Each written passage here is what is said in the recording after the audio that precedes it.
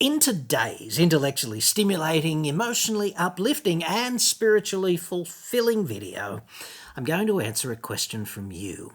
You know those CVTs, continuously variable transmissions? You know when the car maker puts in the service manual, sealed for life? What does that mean? And should you actually change the oil anyway? And if so, when? That's next.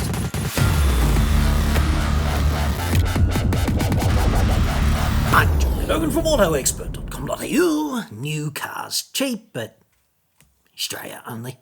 Website. Card. Now, got this question here from an dude named Engo, who's got a Suzuki Swift 2021, wants to know about should we be changing the CVT fluid, yes or no, and I'll do my best to answer that in just a sec. Today's video is sponsored by Olight, which is a remarkable supporter of this channel, and they make some really high quality torches. In fact, death proof or zombie apocalypse proof. Okay, so super bright, super durable, waterproof, drop tested, all of that kind of stuff. They got a really clever magnetic sort of charging arrangement on many of their torches also, which even a politician could do. The other end is USB-A, so you can charge them essentially anywhere, not that they run out of grunt that often. I always carry this torch called a Warrior Mini. It's just my favourite because it's not so big that it's a disincentive to carry, and it's a super high performance little hand-sized torch. So useful. One on special at the moment is this thing called a Warrior Nano, and so called because it's even smaller than the Mini. Palm of the hand size, switch on the back. It's got a switch on the barrel for the finer work as well, so that's lovely. There's a Seeker 4, which is more your general duties campsite sort of torch, but also pretty good asset at the front door in case, you know, the power goes down middle of the night. You've got to get out to the fuse box. It's always nice to have a little something that pumps out the photons. This is an Arcfeld. It is on special as well, and its claim to fame is that it's very slim, so no excuses for not carrying it in the pocket most of the time as well. You'll never feel it, but it also pumps out a bunch of different kinds of light, including laser and normal white light, and also a bit of the old UV in case you want to go out and teach the kiddies how to find scorpions or something uplifting like that. Finally, there is an O pen, which is just what it sounds like.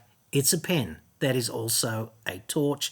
It's actually really nice to write with. I can never get these things out without, you know, number 6 upstairs just purloins it from me, if that's the right use of that word.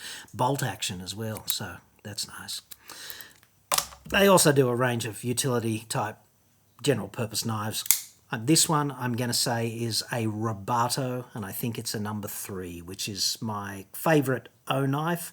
And if you need, you know, if you get attacked by 400 Amazon boxes one day, this thing is a dead set asset. So anyway, the sale wraps up at midnight tonight. Don't miss it, 50% off. That's a huge saving, and they're a really high quality product. And I have tried to kill them. I tried to kill one by throwing it up in the air, like I'm going to say 30 times and letting it land on the concrete, and that's what killed it basically, and that was the intent.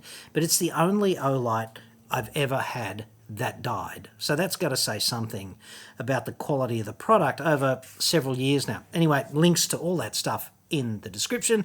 And now back to Engo and his CVT oil change dilemma.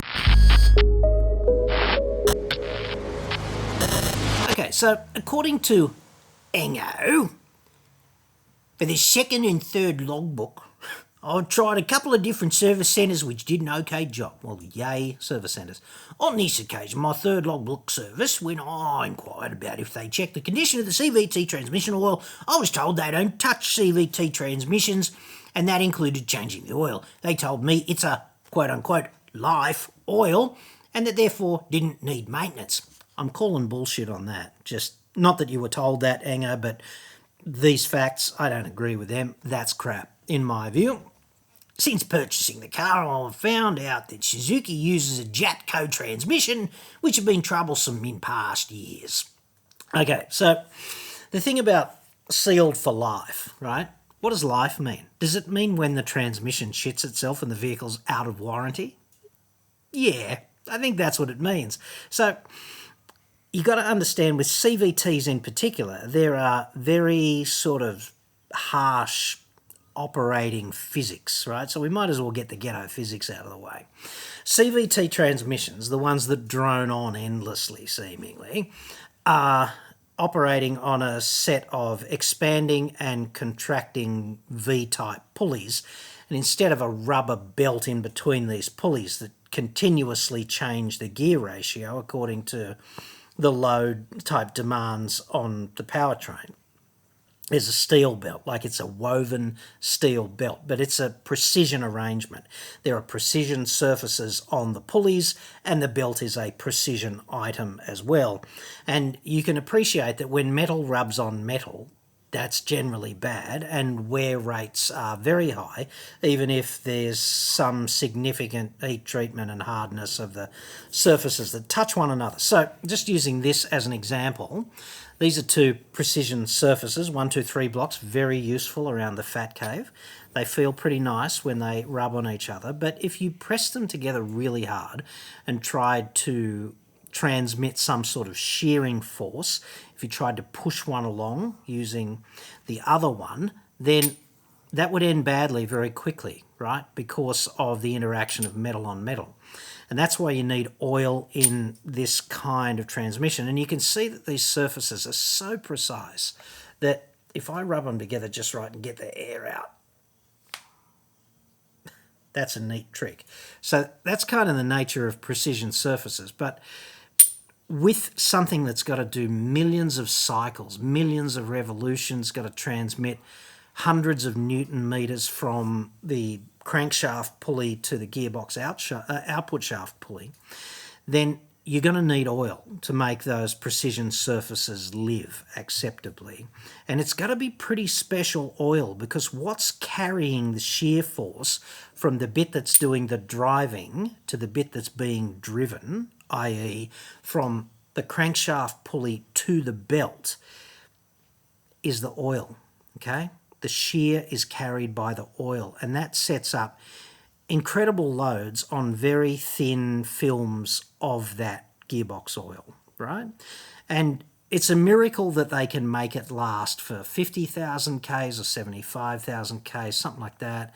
But expecting it to last indefinitely is like a fool's errand. And the cynic in me says that it's likely that some car makers would have a meeting and say, well, we think we're going to get good reliability up to about 80 to 100,000 kilometres. Most people drive 15,000 Ks a year. That's sort of 6 years, 5 or 6 years worth of normal driving, right? And then after that, when the transmission shits itself, as they will start to do, obviously, then the car will be out of warranty, and that's a bit of a money maker for us, kind of thing. Now, I'm not suggesting that Suzuki has actually had this conversation, but car makers are not above doing this kind of calculus.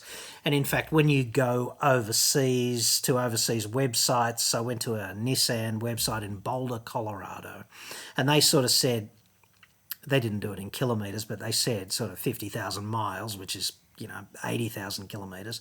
And then they wanted to downgrade, like to shorten the changeover interval for the oil if there were quote-unquote harsh operating conditions, including lots of short runs or bit of towing, lots of hill climbing and low-speed operation, which places those pulleys in a lot of high load, low movement kind of scenarios. So you got to bear all of this in mind, right? And so sometimes the advice from the manufacturer is probably not the best advice you can get. Now, Engo also mentioned Jatco. Okay, now Jatco is kind of operational shorthand, or the name derives from Japanese transmission company. And it's actually quite an old company, but I think they didn't turn into Jatco until like I'm going to say 1984, but it was in the 80s, I'm pretty sure.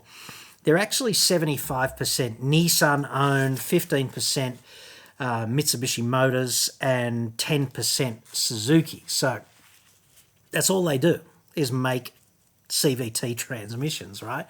They also supply Hyundai Motor Corporation, Jaguar, London Taxis, Ford in Europe, Renault, Samsung, etc., but not Honda or TMC or like Toyota or General Motors. They don't use Jatco. Now, the thing about Jatco was, remember when Carlos Ghosn was the boss of Nissan? Well, Jatco transmissions were shitting themselves all over town, most notably in the Nissan Pathfinder. So Mr. Ghosn marched across to Jatco HQ with a certain vengeful gleam in his eye and a metaphoric broadsword, and just left blood all over the floor in the boardroom because he was that dissatisfied with the performance of Jatco CVTs at that time. And this is obviously well before his arrest and detention in his apartment in Japan and his subsequent escape to Beirut, aided and abetted by those former special forces operators he retained who smuggled him out in a musical instrument case. I couldn't make that shit up, but there's an excellent documentary on Netflix that details the whole thing. It's pretty accurate and a really good watch if you're interested in the shenanigans of the car industry. So anyway, he's not running the show anymore, but he's living the high life in Beirut, I think, at the moment, or certainly he was for many years. And he got away with whatever he was trying to get away from in Japan, facing a whole bunch of criminal charges, basically.